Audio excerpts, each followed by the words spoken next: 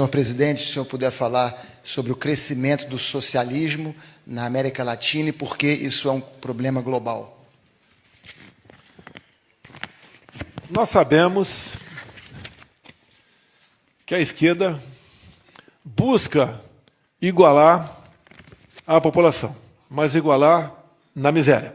Eu não culpo os eleitores de esquerda por isso, que, afinal de contas, foram doutrinados nas escolas para seguir essa linha. Mas tem que ser o trabalho de cada um de nós para mostrar a essas pessoas que elas estão no caminho errado. E temos, infelizmente, exemplos para mostrar, como no Brasil, a nossa querida Venezuela.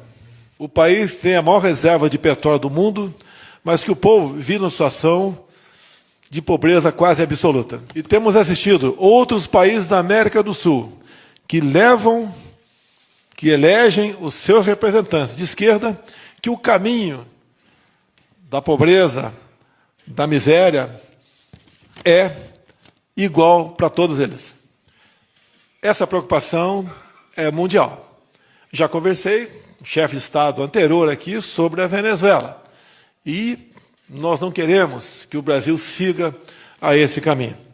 Só por uma cidade do estado de Roraima entram por dia, em média, 700 venezuelanos fugindo da fome, da miséria e da violência. Chegam, em média, pesando 15 quilos a menos do que eles tinham há alguns anos. Lamentamos essa situação, mas sabemos da dificuldade para a Venezuela voltar à sua normalidade.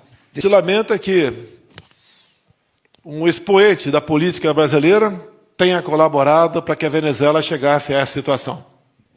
A liberdade é como um grande amor. Ele tem que ser todo dia cuidado.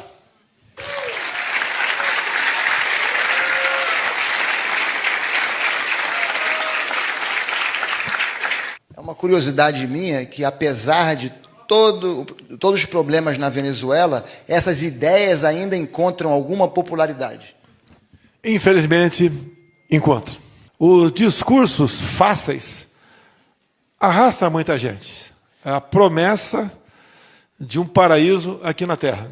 No Brasil, por exemplo, tínhamos recuperado picanha e cerveja. Nós, por exemplo,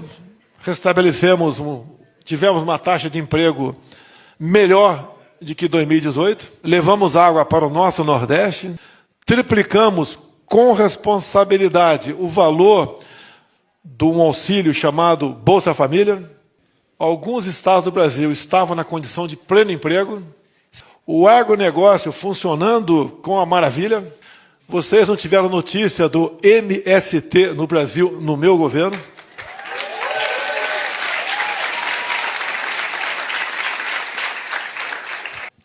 O número de mortes passou de 60 mil para 40 mil por ano.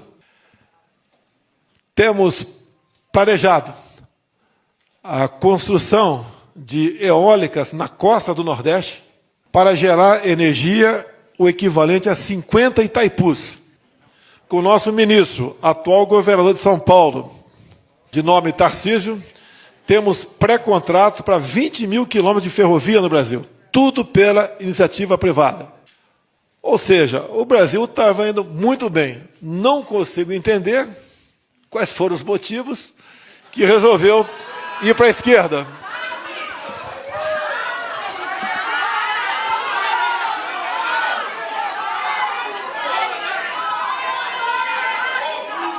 Algo que prova que nós estamos do lado certo é que as pessoas normalmente migram dos sistemas totalitários para os sistemas livres. Nós vemos, por exemplo, as pessoas vindo de Cuba para os Estados Unidos e também de Nova York para a Flórida.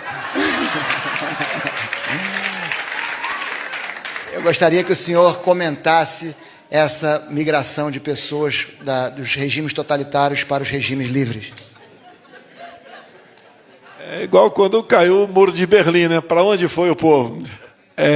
Já tivemos momentos que o ditador Maduro fechou a fronteira, não permitindo que seu povo viesse para o Brasil. Eu não vi nenhum petista fugindo para a Venezuela.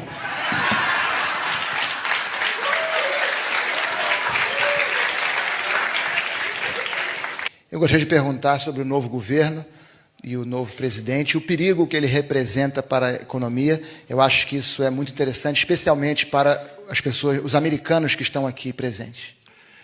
Eu vou dar apenas um dado, um número, que os números são incontestáveis. Vimos criando, ao longo de 2022, uma média um pouco acima de 200 mil novos empregos por mês.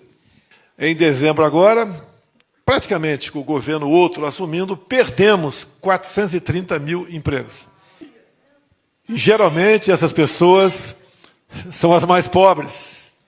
Gostaria que fosse diferente, mas entendo que em janeiro teremos também uma grande perda no número de empregos. Isso é muito ruim para nós no Brasil. Sem emprego, sem picanha e sem cerveja.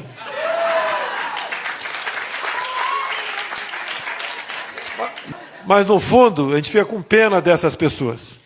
São pessoas humildes que são enganadas. Não vejo, com os bons olhos, o futuro da nossa economia com as medidas adotadas pelo atual governo. E é a economia que dita, o futuro de um regime. Então, os pais fundadores americanos alertaram sobre o perigo de juízes, do judiciário, ter muitos poderes, muito poder. Então, gostaria que o senhor falasse um pouco sobre essa situação que acontece não só nos Estados Unidos, mas também no Brasil. Quem legisla é o poder legislativo. Infelizmente, não raras vezes, o Poder Judiciário tem legislado no Brasil. Quero dar um exemplo apenas, que vai ser difícil vocês entenderem. Propriedade privada. No Brasil, quando se invade uma propriedade, você entra na justiça para que aquela propriedade volte a ser sua. Em especial no campo, os processos levam, em média, acima de 10 anos. E agora, o nosso judiciário criou mais uma situação a ser cumprida depois do trânsito julgado para que aquela propriedade volte para o seu dono original. Depois desse longo processo judicial, depois do trânsito julgado, ainda vai para uma comissão indicada pelo atual governo, para decidir se efetivamente a propriedade vai ser entregue ao seu dono original ou não. Por vezes, temos notícia da possibilidade do judiciário decidir sobre aborto no Brasil. Esperamos que isso não aconteça, apenas esperamos. Dos 11 ministros supremos, eu indiquei 2. Obviamente, entre as características deles, era não ser pró-aborto, ou melhor, serem pró-vida.